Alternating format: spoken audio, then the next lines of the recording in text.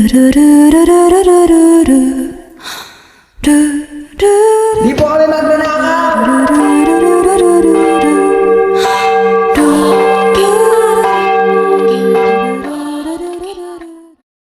Oras ng sambahinan. Mahal ko ang aking bayan. Pagkat utang ko rito ay magiging utang ng aking kaligayahan. Marami akong dapat paniwalaan sa Diyos, sapagkat nawalan ako ng paniniwala sa mga tao. Halos 7 taon akong nahiwalay sa aking bansa. Ang sabi ng ilan, nakalimutan ko na ang lahat dito. Medyo ang kabaliktaran. Kahit ang aking bansa ay tila nakalimutan ako, lagi kong iniisip ito.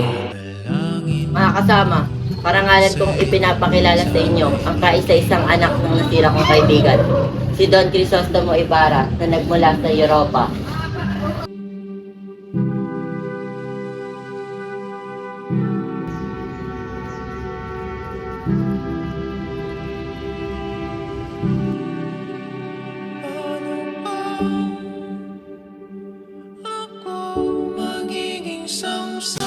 Ang pag-ibig ay tunay na malakas, ngunit maaaring makapanganib. Kasama kita dyan sa tabi ng trono. Kung wala lamang si Ibarra, ay nagawa ko na ang gusto kong gawin. Alam niyo ba yung mga paslupang Indio na yan? Matuto lang ng kaunti kung basta akala mo kung sino na. Gusto na! Tama ng paninirang puri sa akin, Padre! Ikaw! Lumayo ka dito kung ayaw mong madamay dito!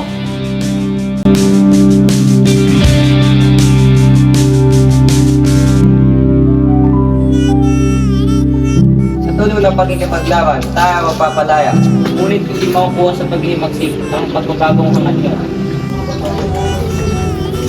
Ginoo, kung walang imagsikan, walang lalaya, walang liwanag, nasisilayan ang bayan na ito.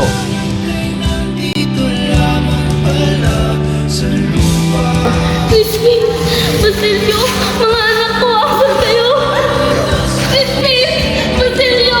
Mga anak ko! Asan na kayo? Dito ng nanay! Asan na yung hingin ko? Wala! Wala akong salapi! Hindi pa nakakauwi ang yung mga anak! Walang kwenta! Inutil!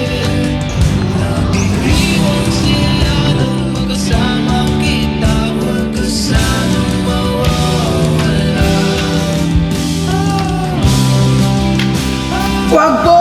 Tama na! Di po kami magnanakaw!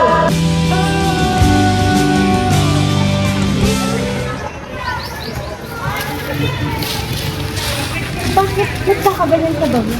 Tubay, naiingit sa akin at tinatanong mo lang mga panahon. At bakit ko kayo kinaiingitan?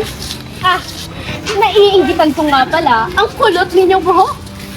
Kilalanin mo ang iyong kaharap.